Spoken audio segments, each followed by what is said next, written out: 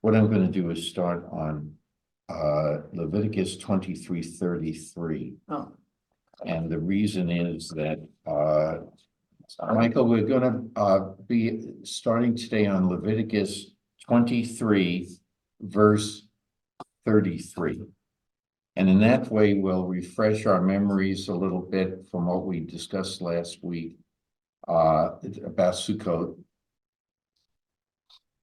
And then we can go from there. That's no problem. I always, that's one thing, and because every time I read it, I come up, oh, did I say this? Did you say it's 33? 33. Okay. Yeah. The Lord spoke to Moses saying, That's correct. say to the Israelite people, You got it. on the 15th day of the 7th month, there shall be the feast Of booths. of booths to the Lord Right. to last 7 days. But I think, that's what I think was done. But if there's any question, no problem, because You know People what can would be chime in. nice when Stacy sends out the reminder every Wednesday to include where you are? Well, or we could just mark it. I usually make I a check usually mark in my keep book, but a paper in my Yeah, book. yeah, no, I Okay, understand. I it. understand what you mean. But for the, Everyone, yeah, the congregation, Okay. because it now goes to everyone. but then they're confused because then they say, well, that doesn't jive with What I've done. the routine, the usual way of having a very fixed annual reading, oh, well, the different we parshas. never followed the parsons. That's right. Because, anyway, it's just me and the way I think. Yeah. Well, I've been asked why it wasn't included. It's because we're very independent and we do our own thing. Ooh. This And you group, don't- Yeah. this group is always done And its you own. don't know want anyone else to know what you're doing. Oh, no, no, that's good. Okay. I have 10 o'clock on my phone. And folks, I have to leave about 10:30. That's Okay. fine, and you But showed me. Marty knows how to shut Yeah. down. So we have family in Thank you town, for they're setting flying up. out. Thank you for setting up. Okay. So, what we will do is, there's been a little debate as to where we ended the last time. So because of that, we're going to start on Leviticus 23, verse 33. Okay, and Gail, what I usually do, Ceylon, what I usually do is I'll ask different people to read a portion, and we go from one to the other Oh, and okay. go from there. But the words will vary a little because the translation will be a little different in your book than in my book, but you can kind of follow the gist of it. Okay. But it's not word for word. Okay, so Gail, why don't you Oh, start, okay. read 33 through the end of 38.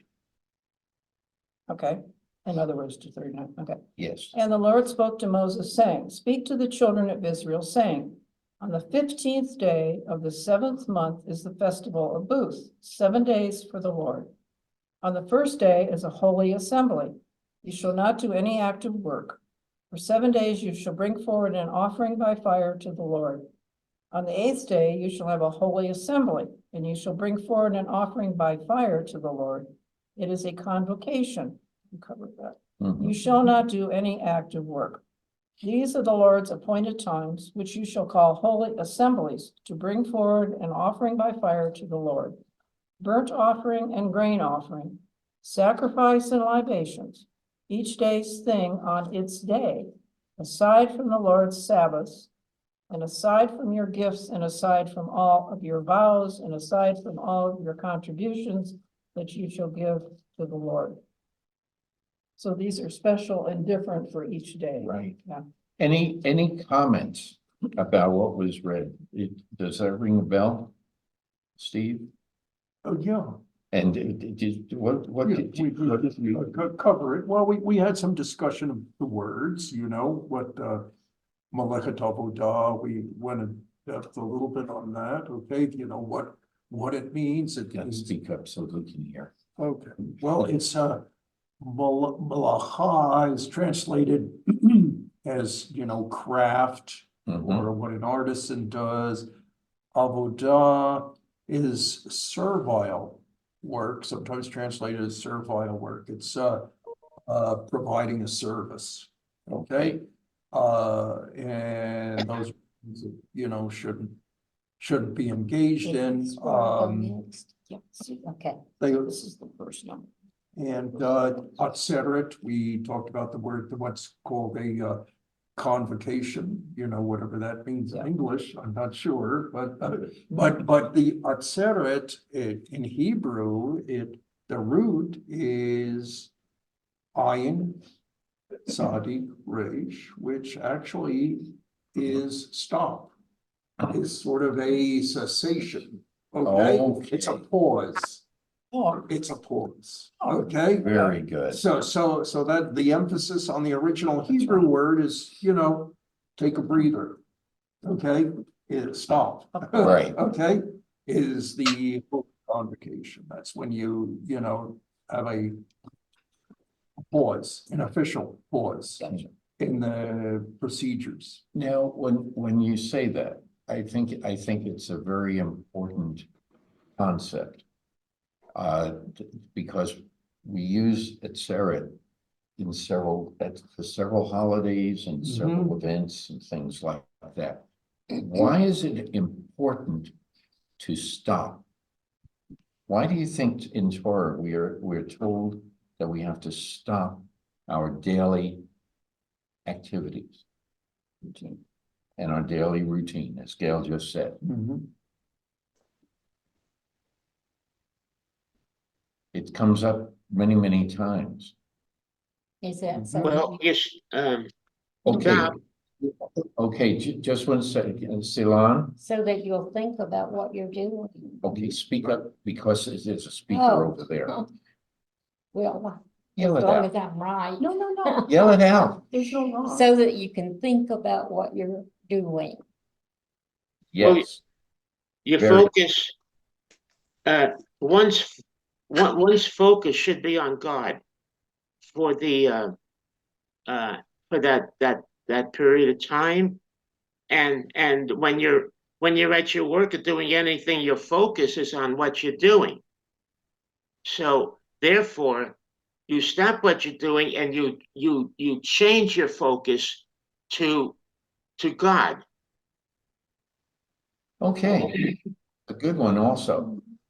Yeah, and we spoke about that several weeks ago also when we spoke about focusing, using all of your senses. And there are different ways you can focus. Some people will meditate. Well, if I could mention this in a Orthodox synagogue, these things that you find in an Orthodox synagogue kind of tell you that, where you have the separation of men and women, so you don't focus on each other, and also on the beamer of an Orthodox synagogue, you don't find pictures and this and that to detract you from what is being said by the rabbi. It's very clear. It's a very simple.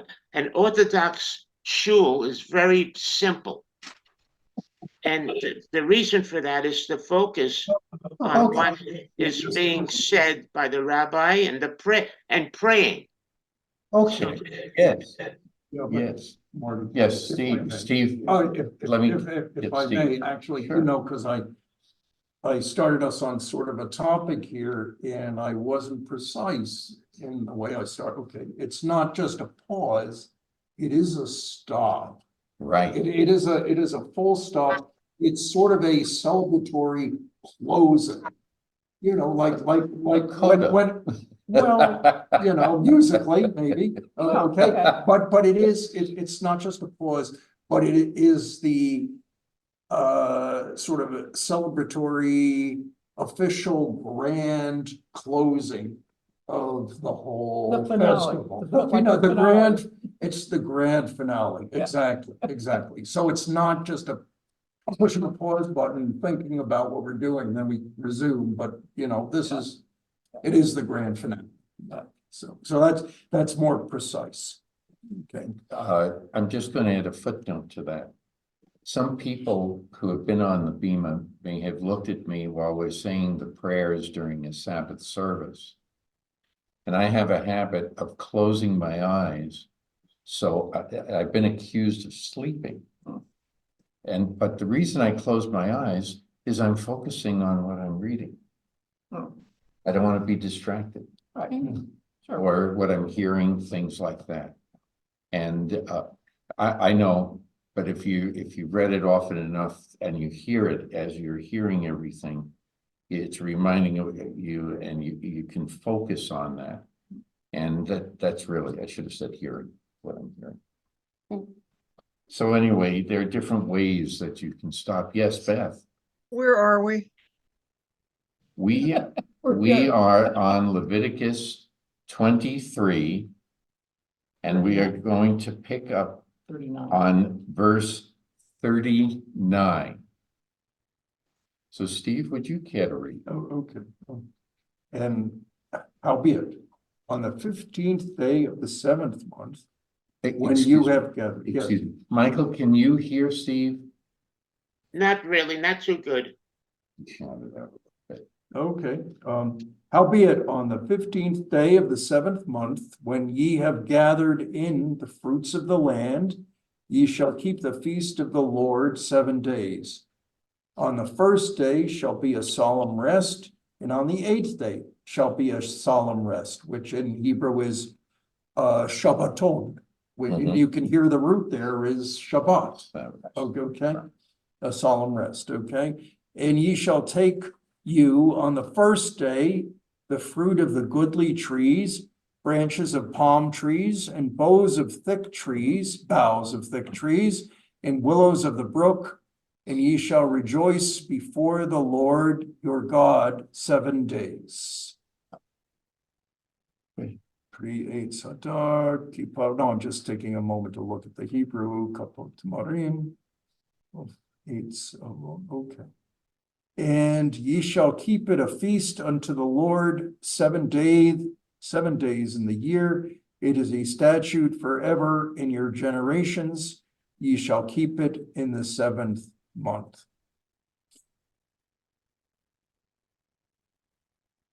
Okay, yeah, go over to the, okay. the end of 44. Okay, ye shall dwell in booths 7 days. All that are homeborn in Israel shall dwell in booths, that your generation may know that I made the children of Israel to dwell in booths when I brought them out of the land of Egypt. I am the Lord your God. And Moses declared unto the children of Israel the appointed seasons of the Lord.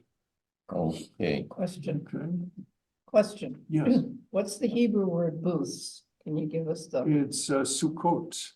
okay, but Well, what does it mean? yeah. What does it mean? Yeah. Well, you'll have to bear with me No, no, because I it's don't okay, know. go I asked. That stuff Okay. immediately, and I don't want to fake it, No. okay? Oh, So I'll take it, and Marty's gonna go on, and I'll tell you the answer in about half an hour. okay. Okay, or, Any ideas Now we're gonna go to. on chapter this, 24. from those of you who are Okay. on the TV You here? see how it works now. Anyone with other ideas? Grace, Beth, Michael? Well, Yes. I think the word rejoice is the key word here, and it's somewhat of an unusual one. Okay, why? Well, I suppose I should back up. The idea of quote stopping is really interesting because, we live in a world where everybody tells each other how quote busy they are, but what they're not doing is chopping the wood to boil the water to make the food, all of there is no time to really rest in terms of the basics of life. in the time that this was written. And so the idea of actually stopping, I think is much more of a challenge than it is today. When, if we turn on the stove or we turn on the light or not on Shabbat, depending on who you are. And so the idea that there's always a long list of do's and don'ts, but here we have the word rejoice. I mean, to really, it's really uplifting. And I think that's different than what's come before. What Steve was alluding to before. Yes, You asked me about. please. So I was asked about That's Sukkot. good. I like So- that. Oh, the root sukkah is actually, sometimes roots can be a little tricky to find within the word. It can be a little misleading. So actually, it's samech kaf kaf, two cuffs. It's okay, which. And I would have to give you a lesson in Hebrew grammar, No, which I'm don't not do that. qualified to give No, you. No, To explain how that is still okay, but so it's actually Samet Kaf Kaf, which is a root, it's a Semitic root, which generally means covering up. oh, Okay. okay. So Yeah. it's not a real structure, it's just the main thing Okay, is it's kind of a roof, but not a whole lot else. Okay, Yeah. and the most important part of a sukkah when we're building this sukkah is what they call on the top is called in Hebrew schach, which is samech kaf kaf. Okay, and that's just a lot of branches and stuff. Right. That's sort of that you can actually, and it's supposed to be a little bit So you can incomplete, yeah. so you can see the stars through it. It's not really a perfect roof. It's it's got holes in it. It would rain through it, but it's some kind of shelter. Right. So there you go. Any other comments? Oh, Rabbi does. Yeah, hi, Rabbi. Marty. Okay, good morning, everybody. Shabbat shalom. Shabbat shalom. Um, Shabbat I- shalom. I Shalom, apologize, and also it's a kind of a disclaimer. I apologize for being late. We're babysitting two of our granddaughters for a couple of days, and it apparently they got to my computer. So it took a while to get off of the early morning Sesame Street, whatever kind of things that they were watching, and be able to get back into this. That's number one. Number one. Number two is I'm not sure when I'm going to get called to go back on duty because Lynn's not feeling well, and et cetera, et cetera, et cetera. But if I have to leave quickly, I wanted to make sure to wish everybody a Chag Sameach, a sweet and Zisen Pesach, and again, obviously, all of our prayers for the hostages to be redeemed, especially at this time of the redemption of the slaves and the oppressed, and also for shalom in Israel. So I'll be with you as long as I can.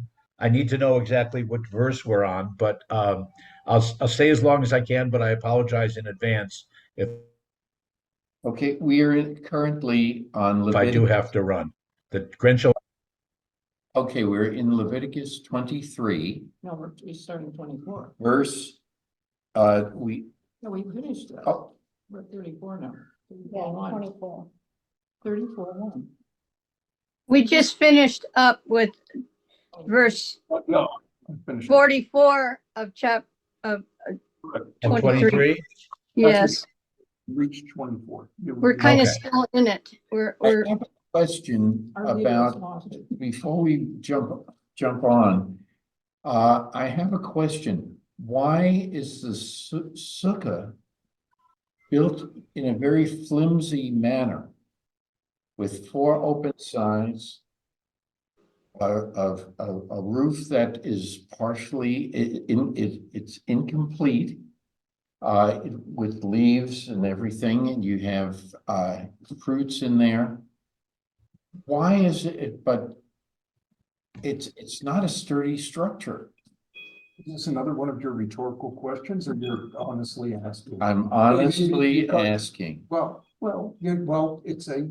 It's supposed say to, it to them. it's supposed to commemorate our wanderings in the desert where we didn't have permanent structures. We had very Temporary. easily movable, simple structures Well, yeah, that's almost to live in.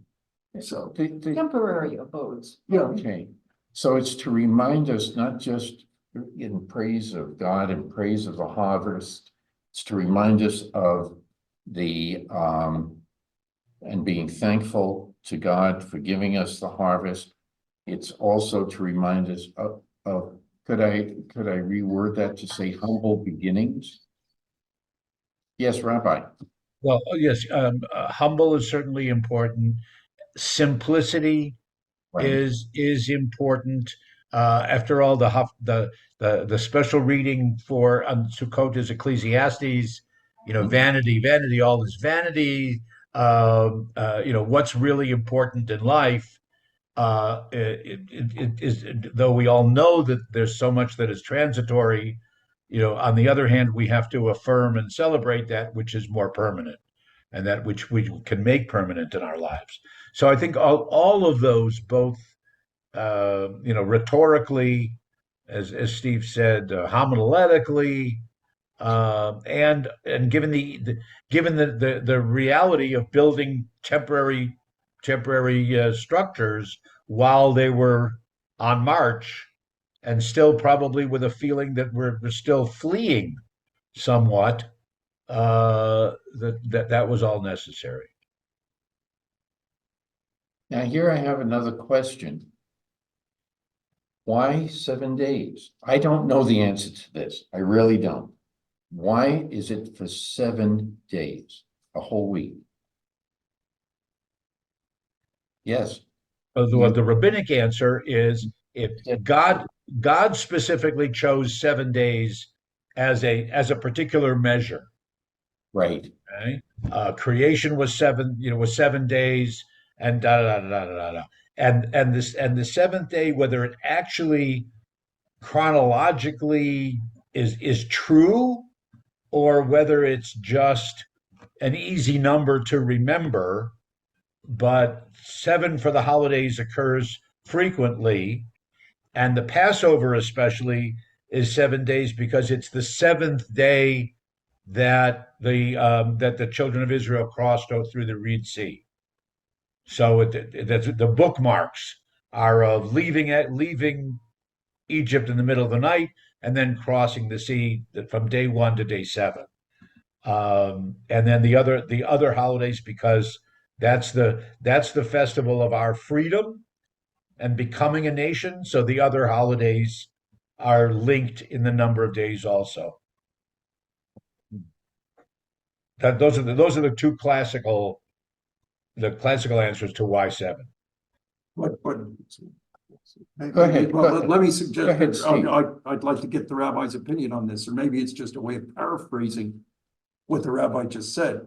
But it also, the big deal out of the 7 days of creation is that on the seventh day, God rested. Shabbat, the pinnacle of the whole 7-day creation story, is Shabbat.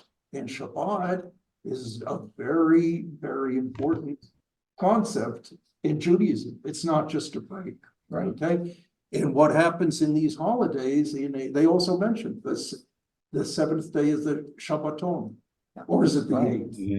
I'm not sure. But there is in the holiday, in that 7-day cycle, the end of it is a Shabbaton. So it sort of reinforces the idea that everything goes back to Shabbos.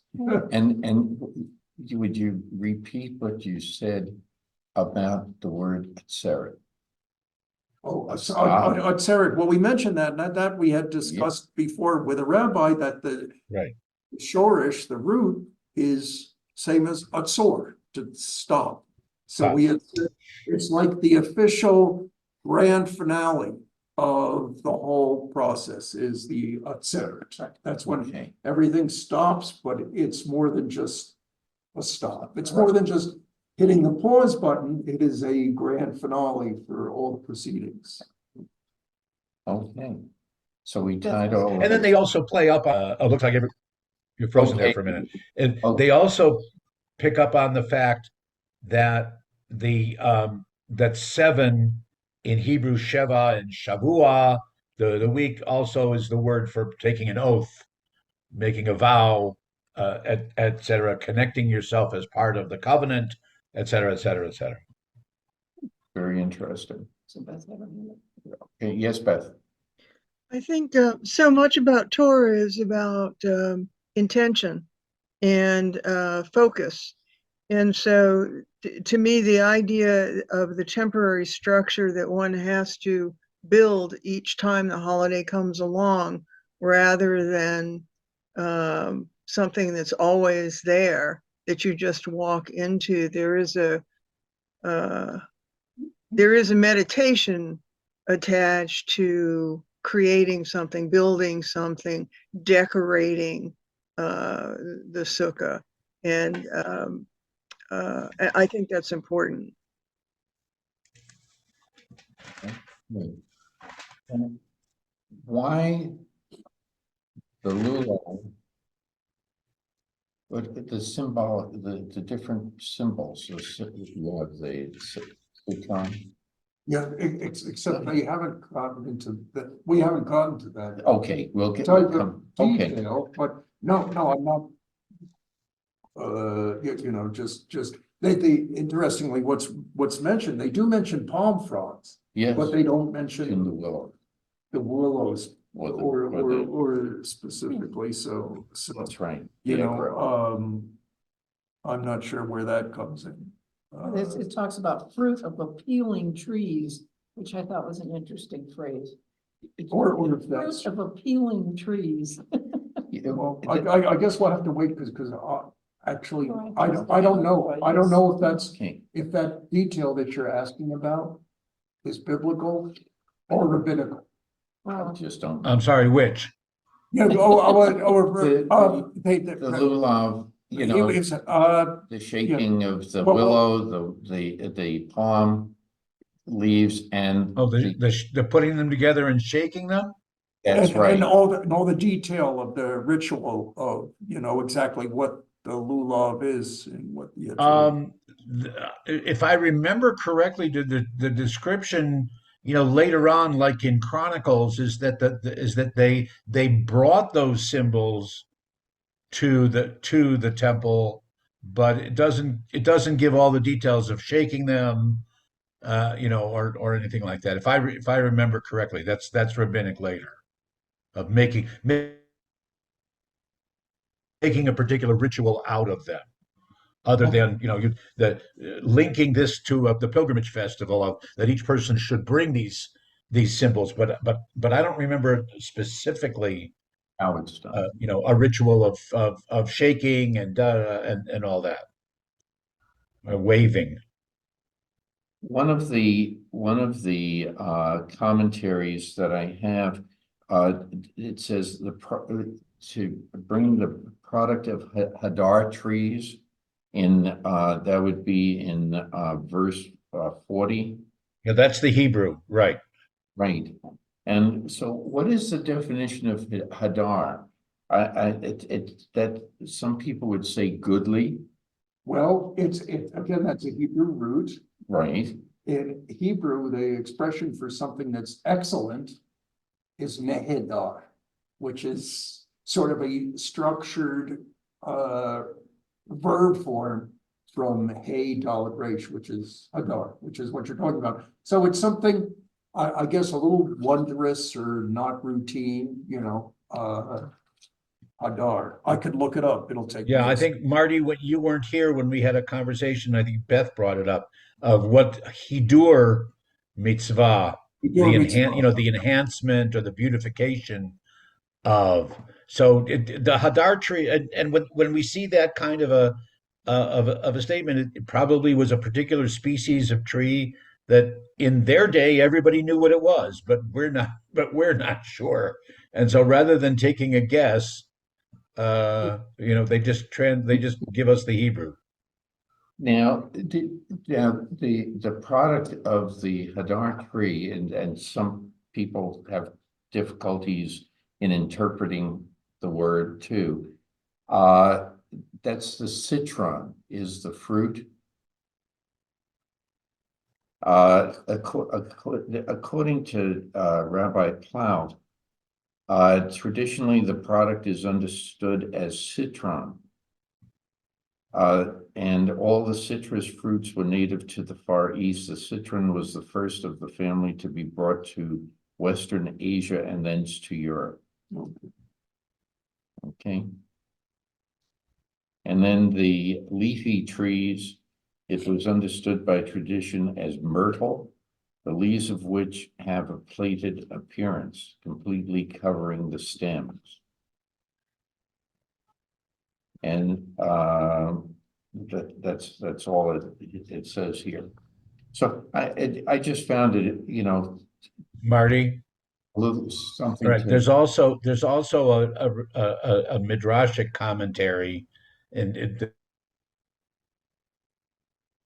goes on. It goes on. We don't have to do the whole thing, but as opposed to Hadar being a particular title of the kind of tree, they make it into pre-Eitz Hadar, that literally that the fruit of a local tree, the tree that lives there.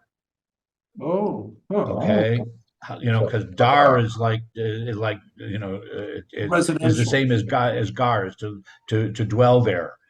So there is a midrash about that, and that so, and again it goes into a whole long thing. But the locals want to know, can they bring their fruit and da da da, because after all it's we're local too, like this particular tree, and and whatever. It's not a mainstream interpretation, but because there's no definite article in those phrases, so there are people who say, well, it can't, if there's no definite article, then it can't be a particular tree. It must be a generic or a genus. Okay. Yes, Michael. Thank you. Yeah. Is it possible for Steve to get closer to you? Because he's in and out of the picture, and it's kind of a little, It's it's our a table little is annoying. I don't A know. lot of books, books there. Yeah. Front. Yeah, the problem, Michael, is the table is circular, and so it doesn't always capture. Yeah, but if everybody actually moved down, then I could see everybody. It would be more in focus. That's the way my mind kind of works, to see everything centered and lined up, and I don't know Okay. where I got that from. Yeah. Yeah. Okay. I'm sorry for asking all these crazy questions, but I just want, now we're on 24. chapter 24, verse 1. Yes, moving right along. Any other comments? Marty, I'm sorry. Can I just point out, because that last verse 44 may be familiar to some people, and we'll see it again Friday night. That's the statement that comes after Mi Chamocha in the festival liturgy. It's not on Shabbat. It's just for any of the festival services. And they always give that particular line 44 is the quote. Very, very interesting. So we should take out the old prayer book. What do you Because mean that take out? lists all the festivals and it shows the variation. It is when I say In a prayer old, book? for the high holidays, it was all in one book. And so we didn't have to make multiple purchases. We had everything in that old prayer book. Oh. Well, The- yes and no. Depends on which stream, which movement you're talking about. Reformed, conservative. No, it was the Mishkan Tefillah. It's But not, it doesn't have the high holy days. It has Shabbat weekdays, and there's a version that has the festivals also, but not the high holidays. That's right. We had one that predates that Right, included both in one book. not the high holidays in one book. Oh, not the high holy days, Yeah, but just the it had all festivals. the festivals. Right. Major distinction in the liturgy between high holy days and festivals. Yes, but we did have that, and Right. so, but so when we read it, if you pick up the older version, you'll have it. Okay. Anyway, Beth has a hand up. I'm sorry. But I was. Go ahead. Just Yeah. for a second, because I just wanted to go back to what the rabbi said was a phrase that appears in the, you said it was verse 44. So which verse 44 are you referring to? Chapter 23, verse 44. But the verse is Vaydaber Moshe et Moadei Adonai el Bnei Israel. That's what. Right. 40. that's Right. right. That's in the festival liturgy right before me or right after Mi Chamocha. Oh, okay. I Very thought I was interesting. looking at the wrong place. Okay. I'm almost tempted to revisit a discussion of calendar and why it's so important to have calendars. Did you ever think about that? Why is in what ways a calendar is important? In Torah, we can discuss it. Yeah. Okay, because the holidays, relate to specific events or things you have to do, the harvests or which we were just discussing, Days of Atonement and everything, and you have to do it. And even what's in Torah is when we celebrate these events today, we're using a different calendar. So things have changed over the year. Do we still do things? Didn't the names change for months or things like that in the past? Well, the different ways of ordering. That's right. them. And some things that look like they were in this, at one time that was done in the spring, because of the way it's described, we're now celebrating in the fall. That's because we're on a lunar calendar instead of, Say it louder so they oh, can it's because hear. we're on a lunar calendar. That's why it's different. It has to be adjusted, which is why you have leap years and you have, yeah. But We have a Jewish leap year. the answer to the more general question, why calendars altogether? Yeah. Their calendars serve different purposes, okay? There's an agricultural calendar. There's also the, whatever you would call it, financial/tax calendar, okay? Which is different, which starts from a different month and has a different purpose. So, what we're talking about here, most of the holidays were originally agriculturally based and then sort of there was an additional layer added that, this isn't just an agricultural holiday now, but it celebrates the giving of the Torah, or it celebrates the escape from Egypt. Sure. So one of the reasons we have, it's not really a disconnect, but it's maybe inability to feel it more. We're no longer an agriculturally based religion, if you know what I'm saying. So a lot of these references in here do not have the deep meaning that they used to. It's just a different, Yes. we look at it from afar rather than being actually involved in it, unless you're on a kibbutz or. Exactly. Yeah, because I was gonna tell you, as somebody who's lived in Israel, Yes, you know that the kibbutzim yes, tend to be secular, right. but they continue to celebrate the holidays, but they sort of give them their more original Canaanite agricultural Well, it meaning has more meaning than the when you're strict actually religious doing one. it. Yes, absolutely. So that's why I'm not gonna say a disconnect, but it's harder to be involved, Well, something to remember is that ancient man, when he was writing all this, were practical people. They wrote about the times they were in. Exactly. Right. Yep. And that goes back to the meaning of the Hadar, Sure. just practicality. Yep. That's what it means. And the reason for having the calendar in the first place is so that everybody celebrates it on the same Same day. day, Yes. that's right. Has anyone ever gone to the museum inside the Vatican? They have a very interesting museum with sarcophagi and all kinds of things that have been treasures from all different parts of the world. Did you, Rabbi, I saw you shaking your head. Did you see? I was the- there, but a long time ago, and it was a short visit, and we just saw some of the Judaica. Okay, I didn't, but I know that they do have relics and artifacts from many other religions and cultures. now, by the way, observatories, the Vatican Observatory was founded many, many years ago. It was used primarily in ancient times, in medieval times, let's put it that way, medieval times, to follow the stars so they would know the time, the exact time to celebrate Easter and the birth of Christ also.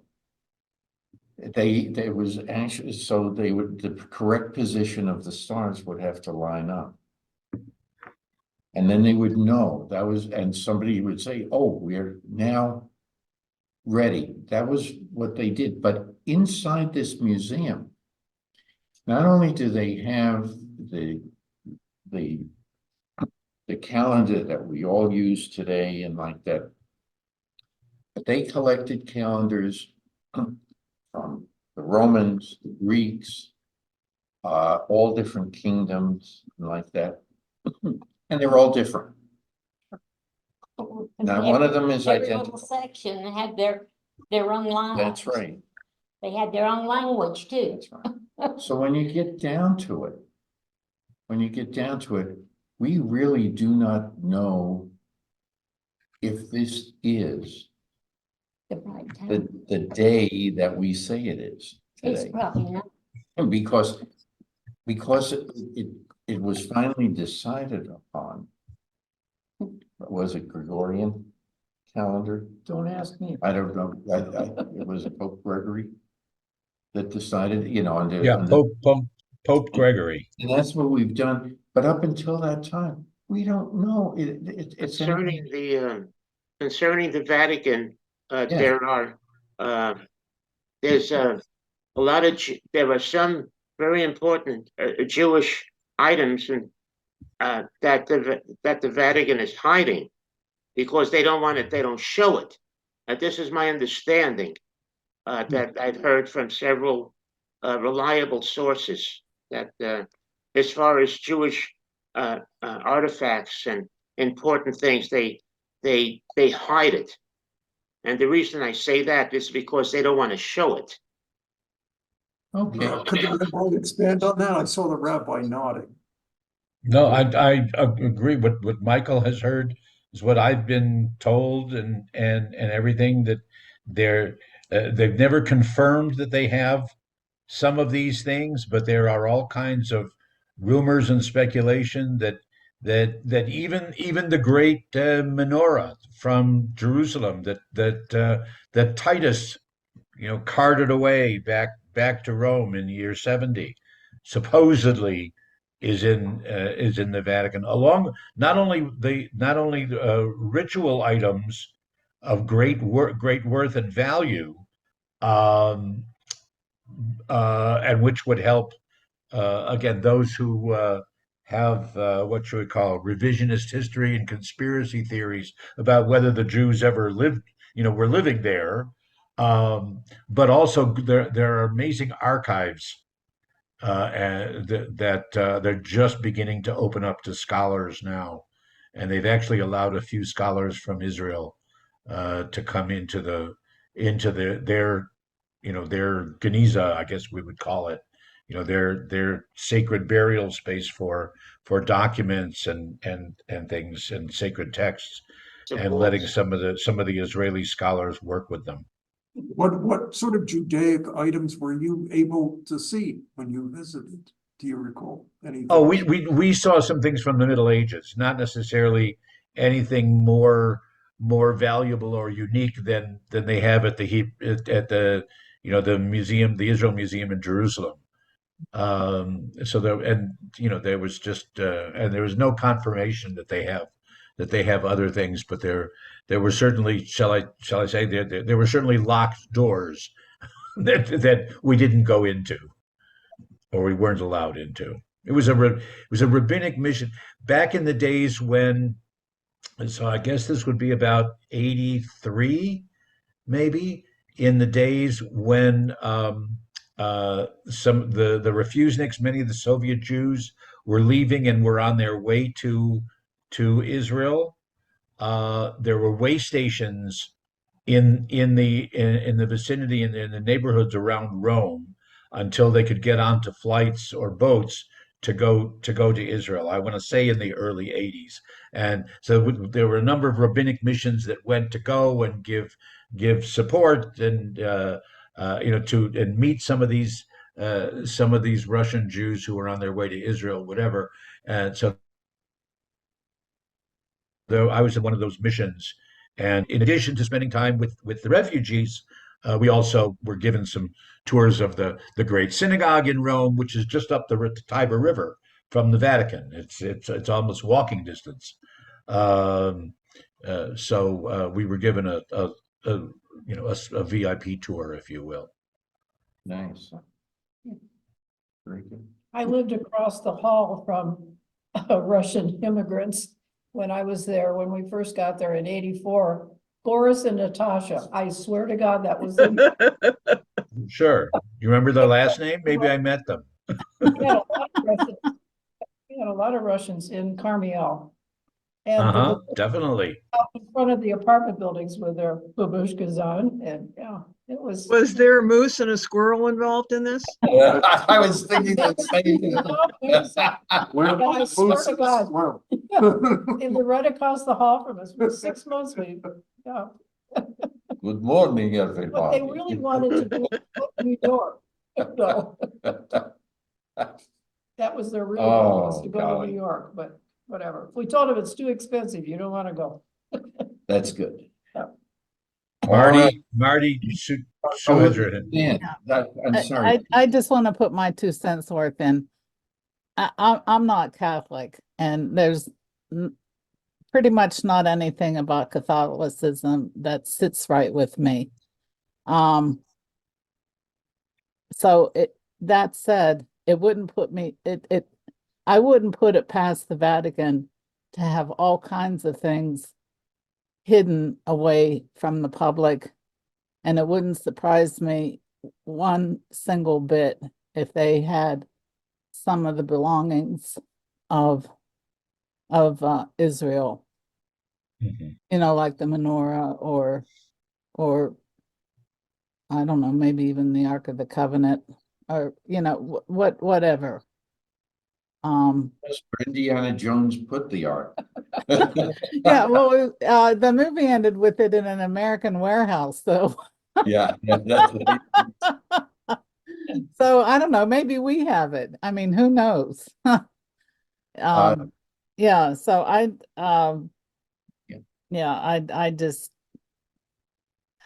never disparage an individual Catholic, because that person's relationship with God and Christ is with them. But as far as the doctrine and the way the past popes and the administration of the Catholic Church has nothing to do with the Bible or the New Testament.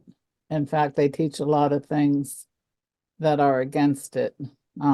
But I won't go into that here. So if you ever feel hesitant to say anything about Catholics, feel free. 'Cause you're not insulting me. No, no, I never like to get into that because I think that there are certain strengths and certain issues that you can discuss with about any group of people. But when we talk about what is apparent, which is more important, is that the fact that you had multiple calendars and each one is totally different from the next. Because each group of people centered it around their own concept of agrarian times. Each people centered it around a king or a queen when they lived and when they died. And even others that we found in the Americas. Do you remember the year 2000? And they said, oh my goodness, the Mayan calendar doesn't go beyond the year 2000. Yeah. They ran out of space on the disk. I mean, or it's anything you can come up with. You can make jokes about it, but they took it very seriously. These were very important conditions, the time of their rituals, the time of things. So that's why it's very important for it being stated in Torah. For a group of people to become established, they also need a calendar, not just to say, oh, I'm an Israelite. But you have to do certain things as an Israelite, one of which is practice certain rituals. Absolutely. Just like in any other religion or any other culture. And so this was their way of doing it. So, and to be part of that, you would show up at those festivals. Absolutely. Yeah, and yeah, Marty, the Dead Sea Scrolls indicate that there was a solar calendar that was originally used by the Jewish people. And it's 160 years, give or take, off from the current lunar one. And the solar one was really pretty simple and easy to follow. And I guess every 7 years you'd have to add a week to compensate for leap year, like we add a day every 4 years. Well, the solar one would add a week. And the way it was set up was that the festivals always followed on the same day. So if, for example, if Passover was on a Tuesday, and I can't remember if that was the case with the solar calendar, but just for illustration, then it will always be on a Tuesday, always, regardless of what year. And it was really quite elegant. All right, thank you. Yes, Rabbi. Now, in following up on that, yes, apparently there was the solar calendar, there's the lunar calendar, there's the agricultural impact, as well as the historical narrative, and they're all mixed together in rabbinic time. I'm forgetting exactly which tractate. It's one of the later tractates in the Talmud that has to somehow reconcile all of these things. Like, so for example, like Suzanne saying, in the solar calendar they would have added a week approximately every 7 days. The lunar calendar adds a month in an irregular formula, et cetera, et cetera, et cetera. But the rabbis now had to add another factor, and I'm not sure if you're aware of this, but certain of our holidays, the way that holidays, holy days, festivals, the way that we celebrate them can only occur on certain days of the week. Mm-hmm. And so that was the reconciliation, if you will, or the recalibration that they did long before computers and whatever, to make sure that Yom Kippur, for example, can never be a Sunday or Saturday night, Sunday. Okay? For example, it can be Friday night, Saturday, can't be Thursday night, Friday. Yom Kippur can never occur on Thursday night, Friday, because then you wouldn't be able to prepare for Shabbat.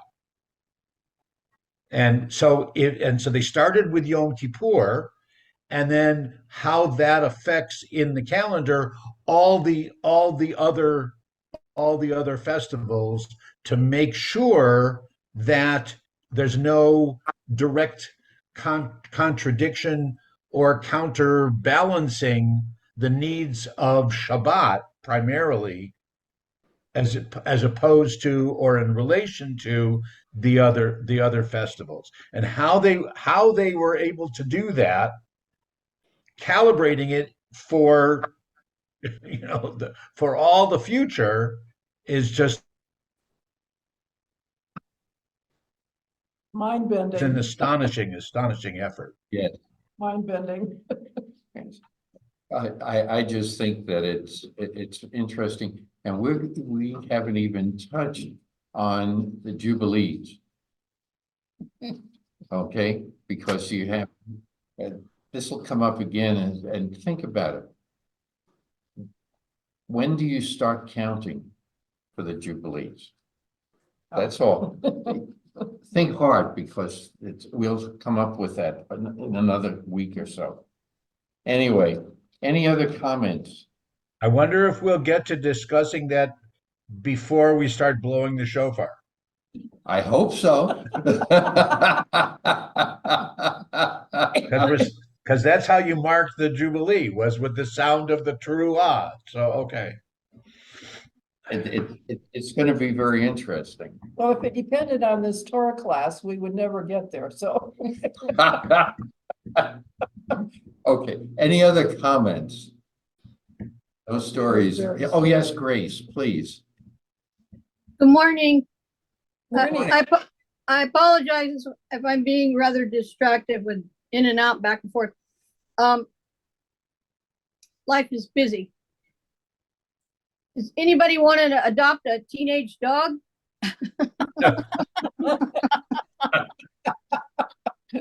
Uh, You talking Yeah. about Axel or something? That's another. no, it's Axel. He's just very much a teenager. Oh, okay. I'm thinking that my dad was right. As you become a teenager, you're being sent to boarding school. I may offer to trade you for a 3-year-old terror in my house right now. So, okay. I'm very familiar with that. Yes. That's a tough trade.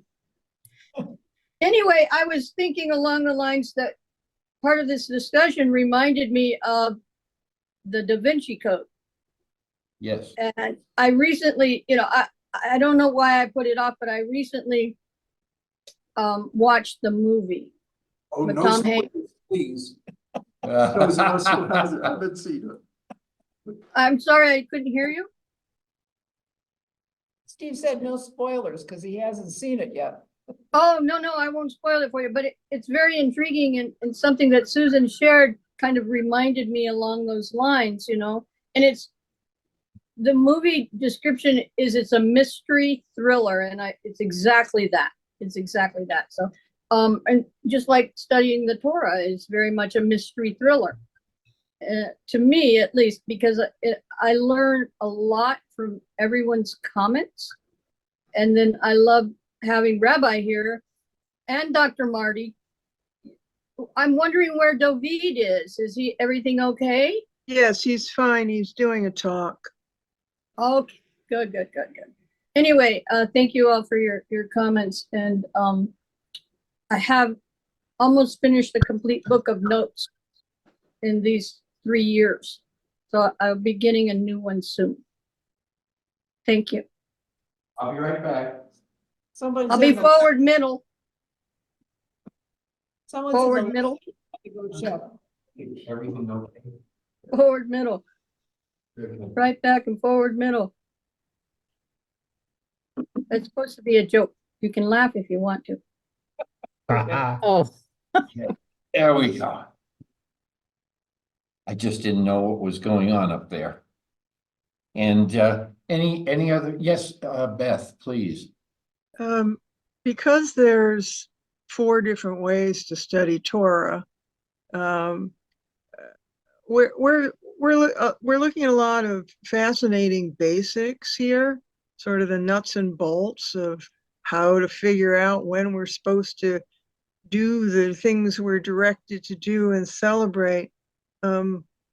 So let's say we have figured out when we're supposed to do these things and what we're supposed to do. My question to any of you, all of you, is what does doing this, how does this affect our lives?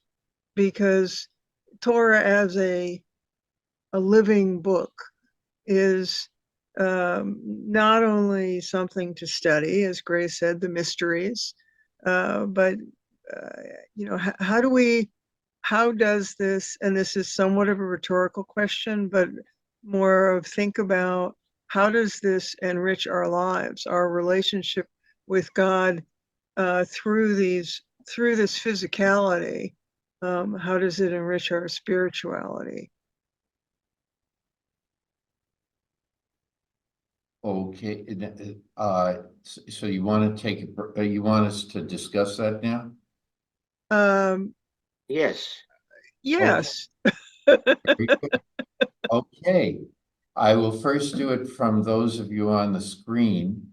Okay, we'll go one at a time. I'm going to skip over you, Rabbi. You're gonna skip me? No, I was going to skip, no. no, and then let It's you. okay. I think the, Whenever. Wait, I Michael, wait. wait. The reason was that I'd let people each mention it and then let the rabbi sum it up. And if you want to go the other way around, that's okay too. I You're in don't, charge. I don't care.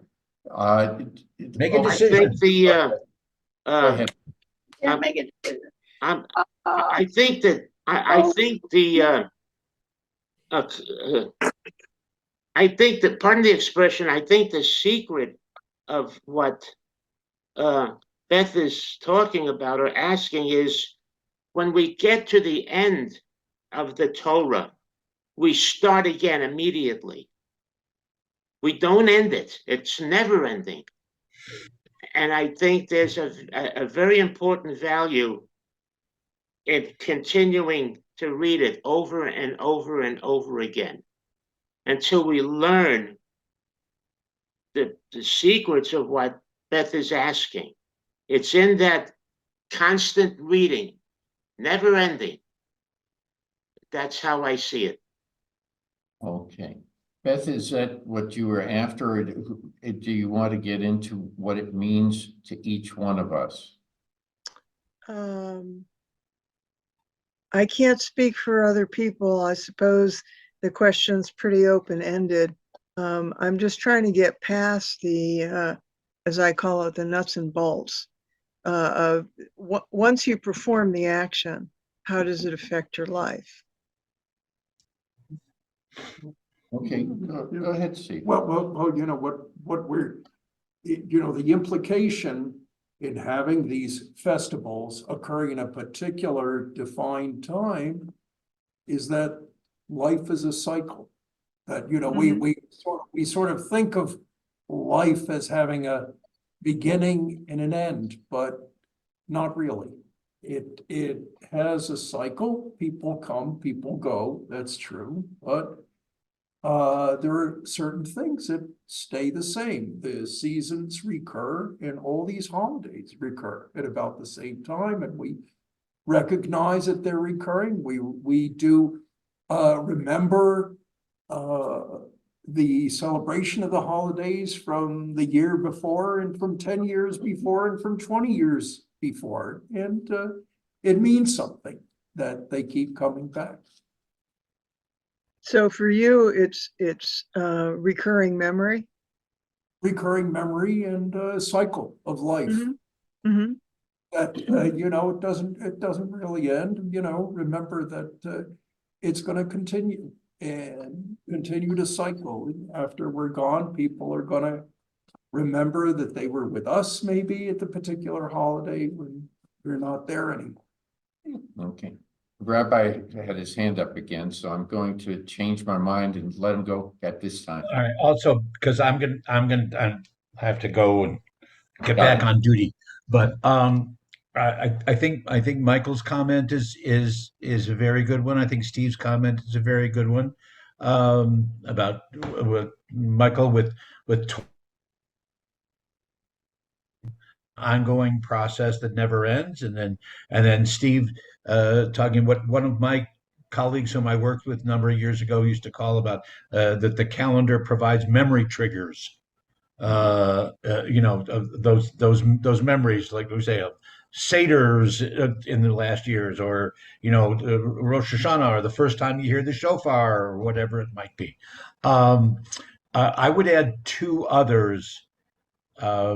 One is that I think that the calendar, the holidays, the festivals, the way we're talking about them, are foundational, in that they remind us on the ongoing basis, of our connection to God. Every single one of the holidays, no matter how strictly we observe them, but just even acknowledging them is a statement of belief, gratitude, recognition, because we're saying amen every time we acknowledge that there is one of these dates, week-long celebrations, and all of them, certainly in the biblical time, in the Torah times.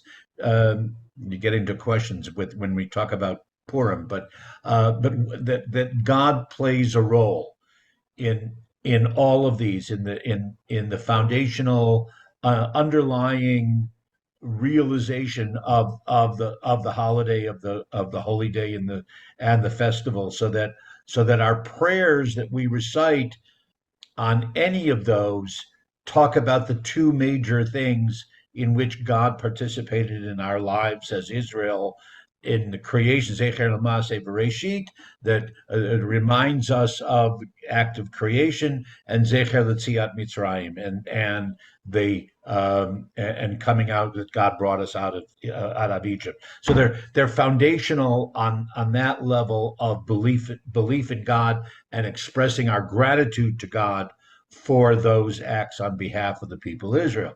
The second, I guess, thematic thing in relation to Beth's question, with the calendar and with Torah, is reminding us that we're part of a people, that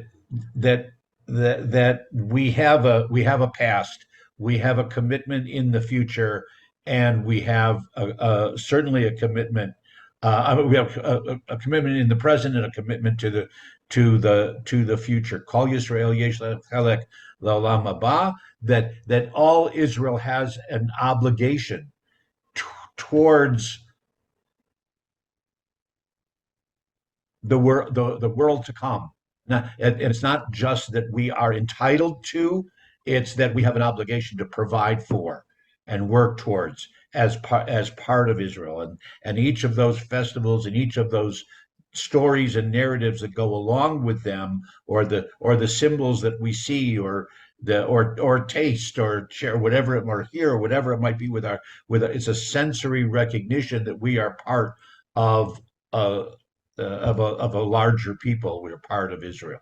So that's how I would respond to, in addition to the other things that have been said, that I would respond to this notion above the nuts and bolts of, how do each time that we celebrate, each time that we commemorate, what does it mean to us?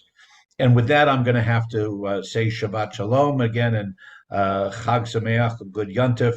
I'm going to go be Zadie. Okay. Take Have care. fun. Take care, everybody. Times with Thank them. you. Thank you, Rabbi. The rabbi just did a great summary of, I guess, of what most people wanted to say. The I would just add one little comment. That's why it's so important to go through what our temple is going through these days in writing a new past, present, and future. Yep. It's sort of what the rabbi was alluding to.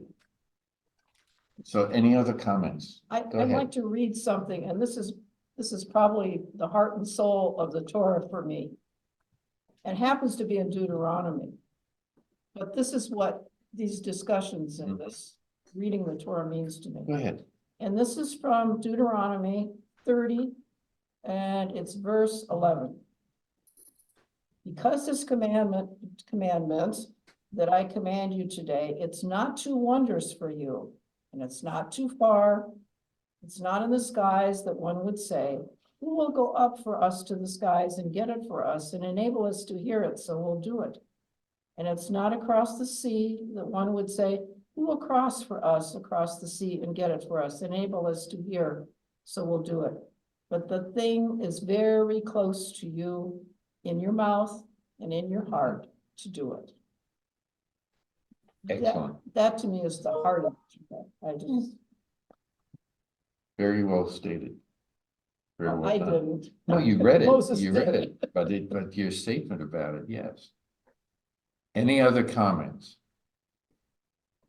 Okay, well, we still have a little, Somebody's waving. yes, Grace, go ahead. Yeah, I recognize the question of Beth brought us to this discussion about our relevance to our spiritual well-being. What sparks that, and Rabbi really just summed that up for me. It's a sensory recognition, right? Where we taste it, feel it, hear it. Mhm. The whole idea is that if we as the Jew are here to bring light unto the nations. So I read that in a book by Harry Kimmelman, recently, that we are the people to bring light to the nations. And in doing so, that, we remember the festivals, we remember the Shabbat, we practice it, the traditions that we practice gives me a sense of grounding, because I grew up in a very chaotic environment where we were, by the time I was in the 9th grade, I had been to 39 different schools. 39. We had moved 39 times. So I never had a permanent home. When we talk about the huts, right? And the Sukkot, it reminds me of that growing up, never in one place long enough. So the moss never grew under my feet. And it formed, this very curious, I'm very curious. I'm still very curious about Torah and the Talmud and how it's grown, and it continues to grow. And one thing I have to say is one of the folk books that I bought for one of my younger clan members, I bought it for myself to read first, and then I gave it to him. It states in there that because God loves a story. Oh, And Good that one. speaks to my spirit. Yeah, that really speaks to my spirit. So thank you, Beth, for that, for sparking that. I appreciate your inquisitiveness. Grace, you bring up an interesting subject. The Torah has been described as a tree to hold on to, a tree of life. Oh. That's one of the ways it has been poetically described. interesting that a nomadic tribe Me, without any permanence to anything would say that the Torah is a tree to hold on to, and they brought that as a portable object for all time. No matter where a Jew is. Okay, in throughout the history of the world, there's a Torah somewhere in that community. And that's Without the- a doubt, without a doubt. So what you described is that very same thing in my mind, that is, it's also been stated that the Torah is the holiest object in the temple, worth more than anything else in a temple. And so the way you started this train of thought is to demonstrate the importance of that document. And to maintain our focus, I have learned, I can speak for myself when I say this, I have learned that it has given me more foundation in my life. Okay, and with all the turmoil that goes on in our lives, looking at this. But my parents did this, my grandparents did this in the times within which they lived. continuity. So this is a constant continuity of things. And yes, there's a cycle. Think in my mind, I'm thinking of a spiral, not necessarily a circle. Okay. So when Serve as a direction. that's right. It's taking us somewhere as it goes here or off to this, whatever. And actually, that is the path the Earth travels in space. It is not a circle. The sun is moving and taking us along with it. So every time we go around the sun, it's one ring around us, that coil. Okay. Can you name another thing that is also found in life that is structured like a coil? DNA. DNA. Yes, Michael, what were you going to say? That the lives of many Jews are portable. Jews don't want to set down. A lot of Jews will rent a home for years and years and not want to make a commitment Well, because that's they for whatever reason. And I see that. I know personally people who live like that, and they don't want to set their roots permanent. They want to be ready to move as quickly as possible. And so that's a very it's mindful of what I'm saying. Thank you, but a tree has roots, and the word root was used earlier, and that's the thing that has us grounded. Okay, So this is a way in which we become grounded as a people, as a community, and as an individual. but there's another aspect to the Torah, which Please. Rabbi Salazar, who was here on Tuesday, mentioned. Yes, And he said, the Torah is like music, it and is. each letter is a note. It is. And I thought Michael would appreciate that. So the Torah sings, and each letter is a note. I thought that was beautiful, It is. just It's a beautiful. very poetic description. What I was getting back to, Steve mentioned another coil-like structure that has given man direction, and we have discovered even more direction for just about everything living on Earth, is DNA. It's a double helix, two coils wrapped together. Okay. Two, that's right. That's important. Yeah. That's right. Yeah. And so when we talk about life, now they didn't know about DNA back then. But if we think in terms of coil, a spring-like structure, slinkies, Oh. okay, whatever. It's grounding us in multiple ways. So when we talk about life, we're also talking about, we can become scientific and talk about DNA if we want, but it's still how we use that DNA that's going to be important. Sure is.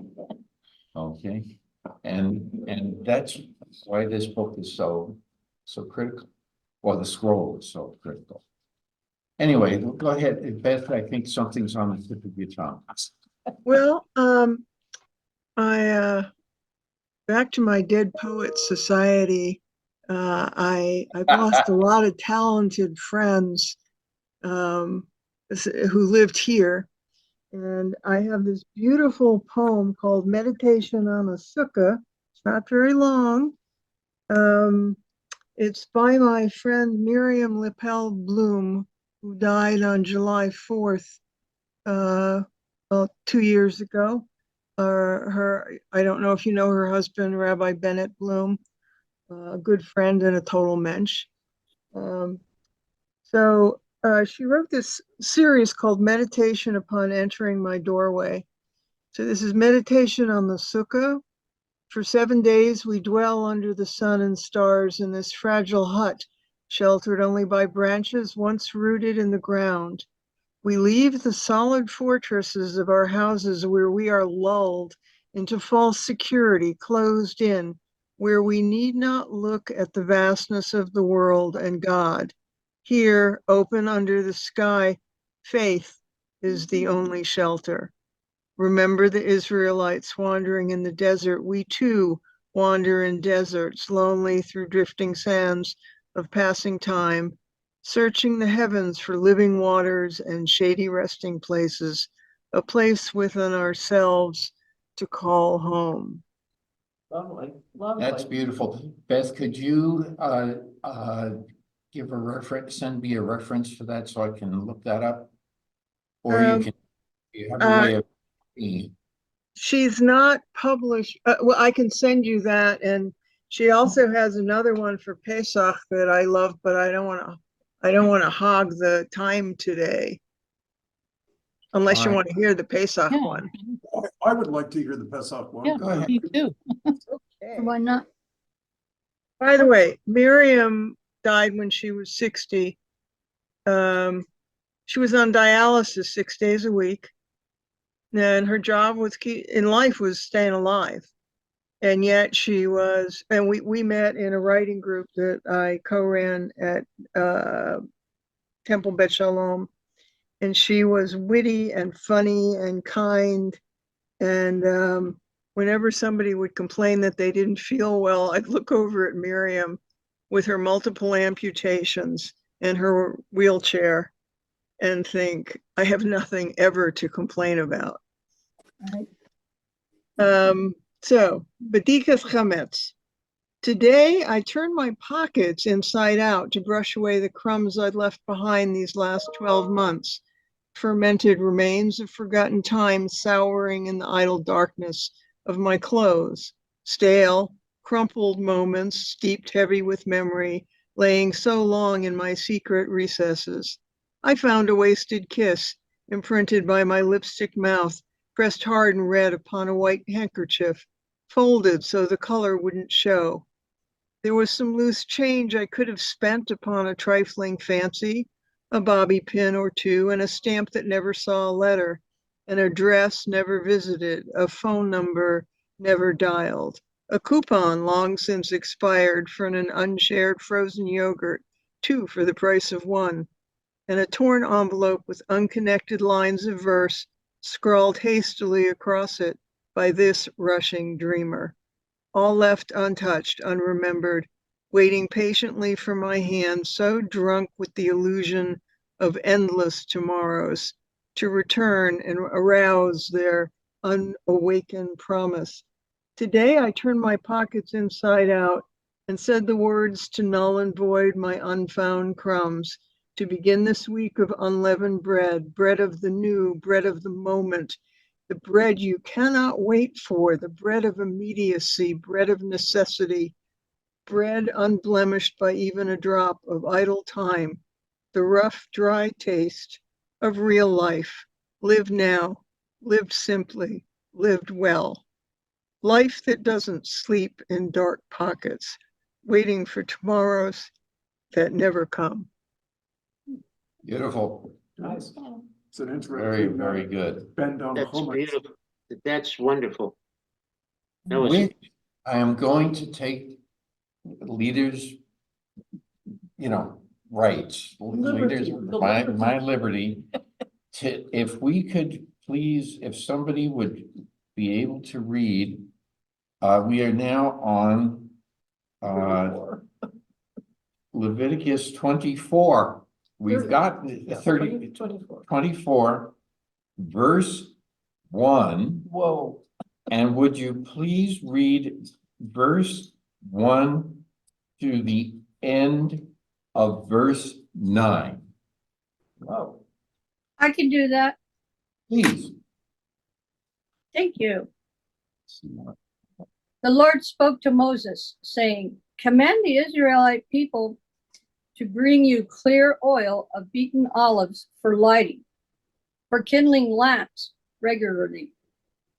Aaron shall set them up in the tent of meeting outside the curtain of the pact, to burn from evening to morning before the Lord regularly. It is a law for all time throughout the ages. He shall set up the lamps on the pure lampstand before the Lord, to burn regularly. You shall take choice flour and bake of it 12 loaves, 2/10 of a measure for each loaf. Place them on the pure table before the Lord in 2 rows, 6 to a row. With each row you shall place pure frankincense, which is to be a token offering for the bread, as an offering by fire to the Lord. He shall arrange them before the Lord regularly every Sabbath day. It is a commitment for all time on the part of the Israelites. They shall belong to Aaron and his sons, who shall eat them in the sacred precinct, for they are his as most holy things from the Lord's offerings by fire, a due for all time. So it's interesting that the poem that Beth just read was about bread. Okay. And we're not, the poem was about Passover, getting rid of all the leavened bread. And, but here, this is also about bread. Any comments? I have a brief one. Please. It's actually more of a question. I'm not a baker, but doesn't bread rise and fall? If you, not during Passover, but all the other times that we have, bread in our lives, it rises and falls, just like we rise and fall, or humanity will rise and fall. That's just kind of a question more than a statement. Or you might be able to look at it that to rise, the bread needs yeast, and Torah could be our yeast. You have you have the ingredients, but until you put them together in a certain way, you don't get the bread. Or it could just be that as we get older, we get crusty. And we are inflated with a lot of hot air that dissipates over time.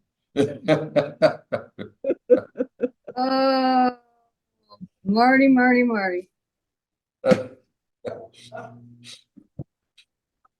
Oh, golly. And what, any other comments about this? Well, interestingly enough, my copy of this, it is a commitment. Commitment, not a command, but a commitment. It's like, oh, you're married to it, or you're, in partnership with this commitment. Steve, Yes. you and I have the same translation. Mine has covenant, not commitment. We're looking at verse 8. 8. 8. Yeah. Yahuwah now like Tabid made reads Olam. It's a brit, which is translated as It's covenant. generally. Yeah. And so Grace's translation says commitment. I see covenant as more of as a stronger as stronger than even than commitment. Yeah. Again, it's the problem with translation. The translations are always commentary and not Sure. equivalent. So Well- people can decide on their own that was the real intent, but the original intent is maybe a little bit obscure because it was written in Hebrew, not English. So we don't know. But Brit ends up generally translated as covenant. That's the popular, and I could look that up too. I'm not sure what the source of that, the Hebrew source of the word itself, but I could take a moment to look it up and see. Let's see what it says. I think it is covenant. Oh, well, no, I'm not doubting that Oh, it's okay. translated as covenant, but I'm just, Oh, okay. there's a question about which word in English is more precise in translating.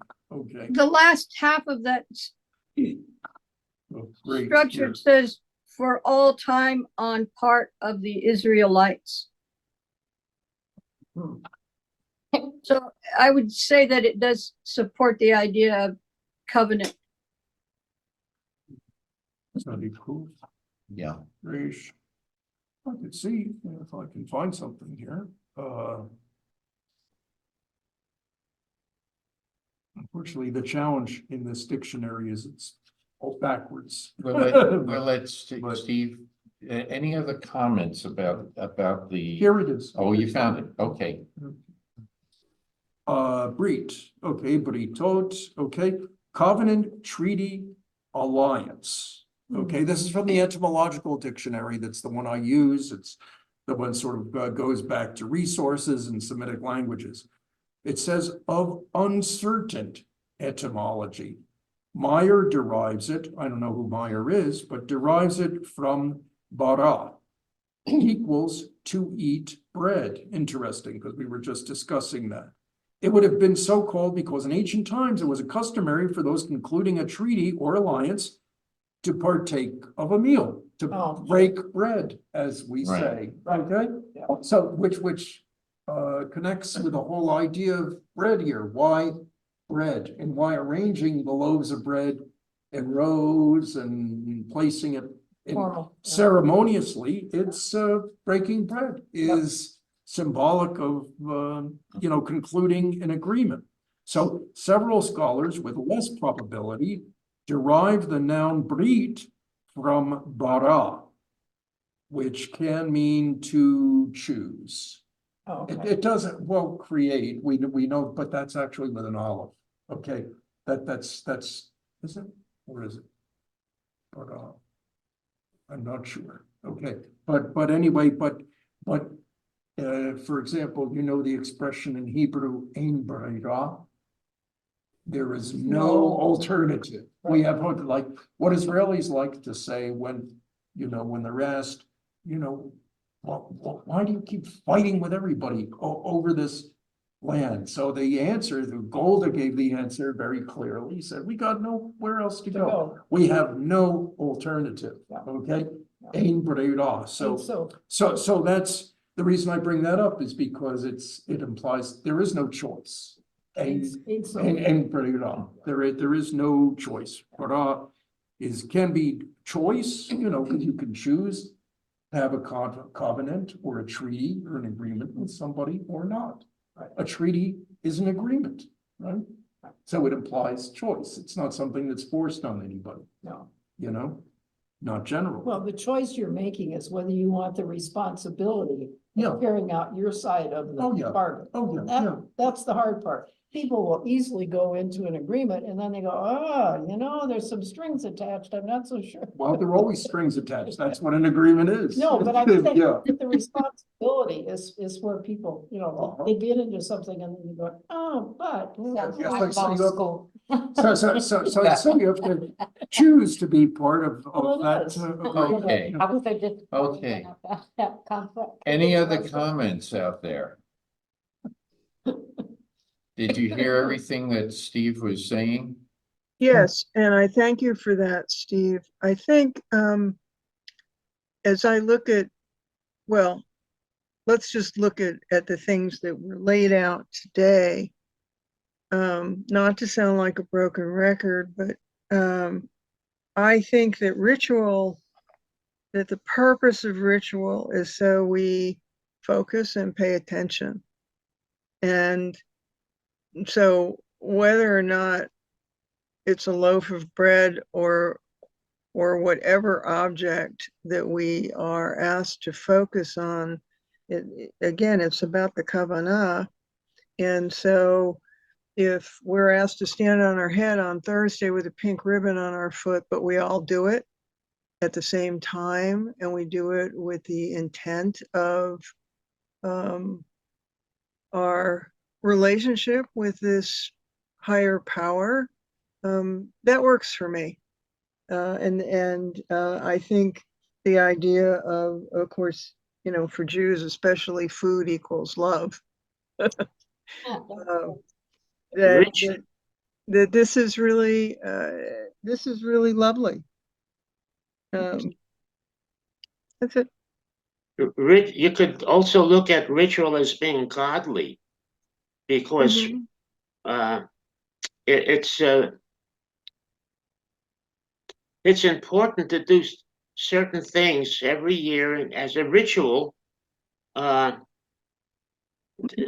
to keep us in focus and never to don't forget, always remember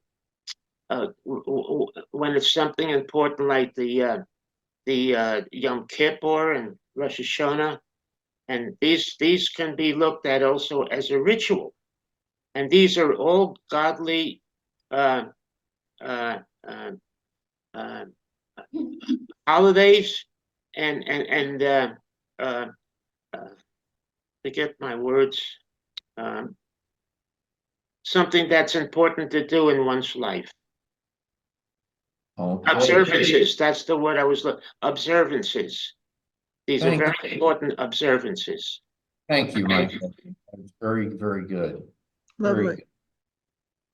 good. It's also very important. And I have some questions. Okay. We are in verses 3 and 4. Does this remind you anything that we've read over the years? What? Verses 3 and 4, verses actually 2, 3, and 4. Okay. When did we hear about this? Let's see. 3 and 4, right? 2, 3, and 4. Oh, 2, 3. I'm sure it was. Well, early on, the descriptions of the priests and the oil, and then of course, strange fire. It does seem a repetition of what we should do in the temple. Okay. Well, there's also the pillar of fire. Is that what you were getting at? The pillar of fire that the children of Israel followed, that was And they mention here the Ner Tamid, they mention the Yes, eternal yes, flame, eternal flame. which is reminiscent a bit of that, Okay. you know, Is- pillar of fire. These three verses are taking us back into the book of Exodus. Okay, also the construction of the tabernacle. Remember the objects made of gold? Mm-hmm. Okay, they're calling it pure. The people back then were not stupid. They knew gold didn't react very easily with anything else and stayed pure gold. Okay. Unlike silver, copper. Okay, so the things that were closest in to the innards of the tabernacle were made of gold. The other things are made of silver, and as you get further out, if we remember some of the construction of the rings and everything, they had to be gold, and because they had to be permanent. You didn't want them to be discolored in any way. Well, eternal is the word. They wanted to be Yeah, eternal. gold is Right. eternal, I guess. you'd say. Yes. Any other comments about that?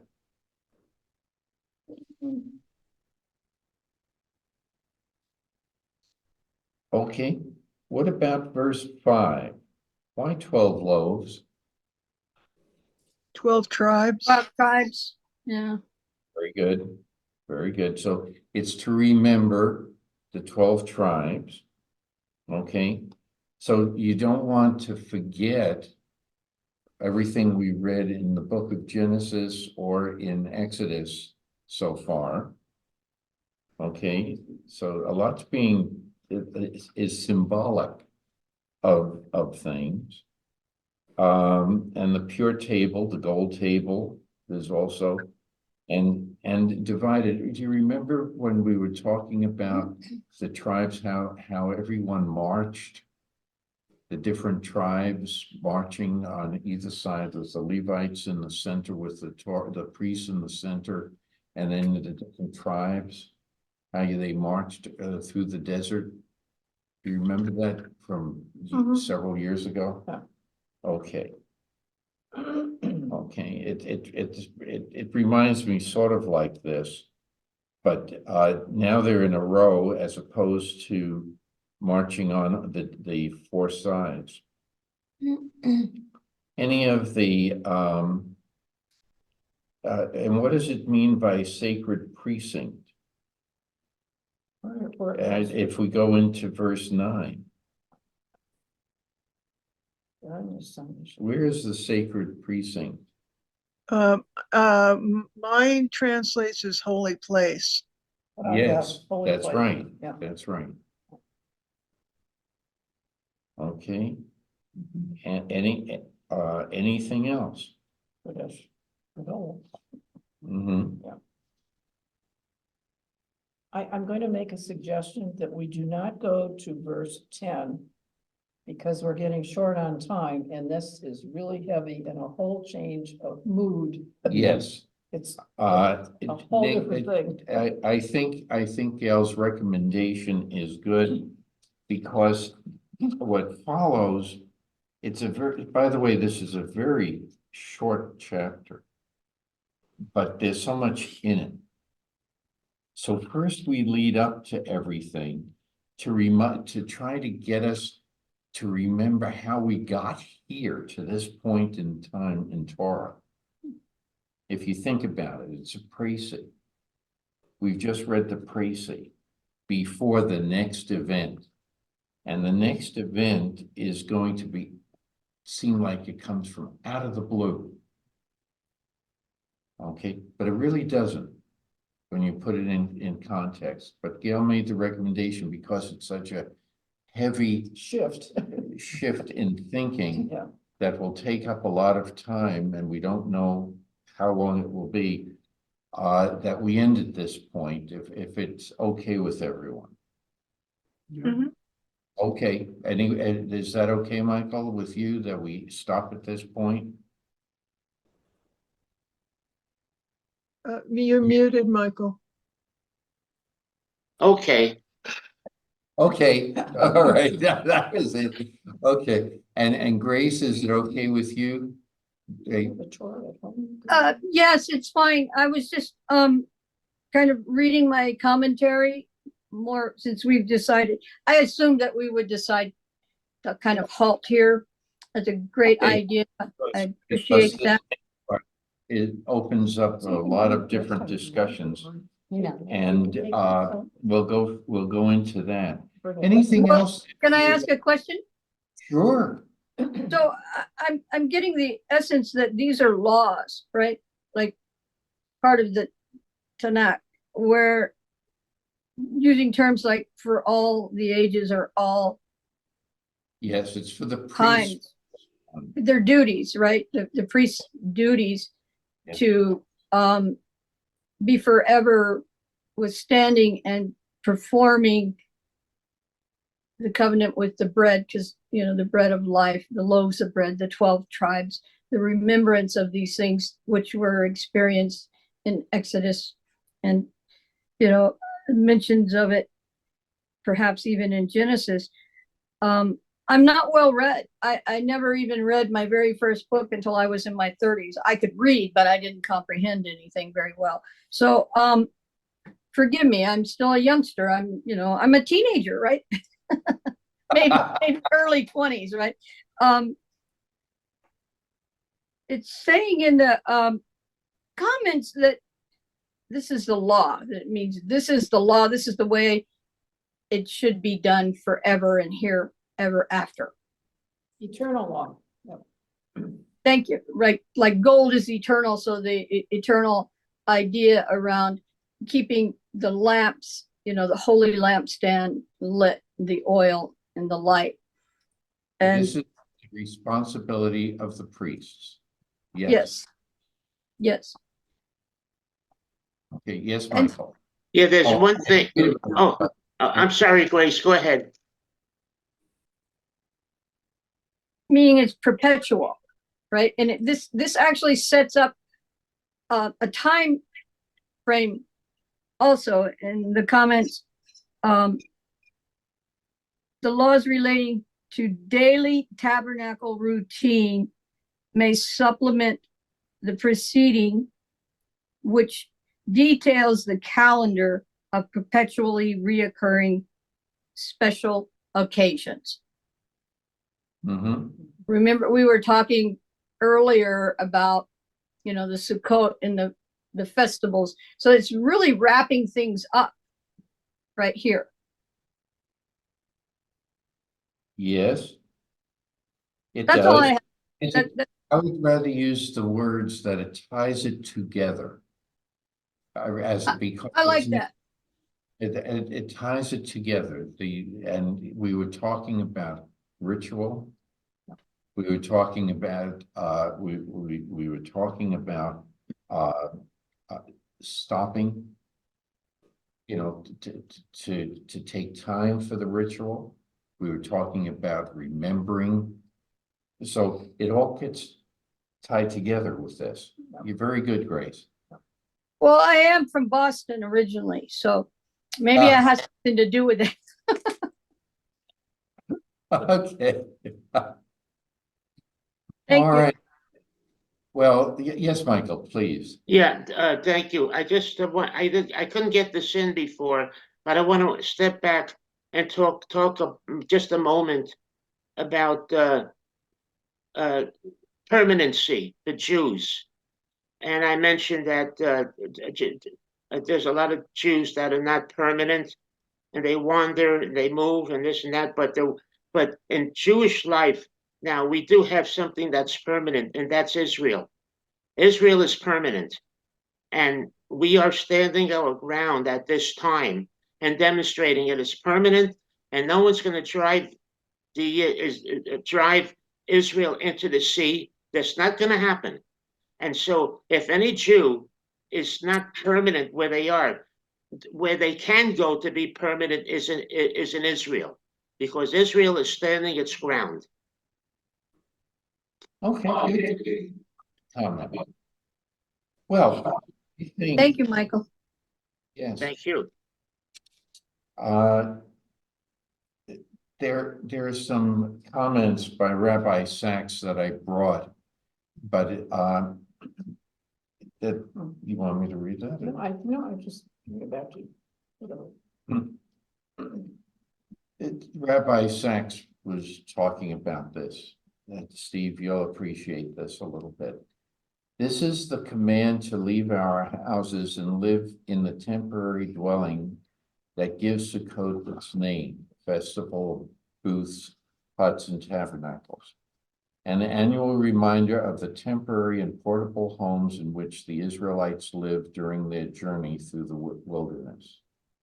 No other festival has this dual symbolism. Not only are the four kinds and the tabernacle different in character, they are even seemingly opposed to one another. The four kinds and the rituals associated with them are about rain. They were, says Maimonides, the most readily available products of the land of Israel, reminders of the fertility of the land. So you have this, the concept of the sky, the land, and the four directions. Notice when we shake the lulav, okay, we shake it All Up. four directions. down, All the forward and back, right and left. Okay, Mhm.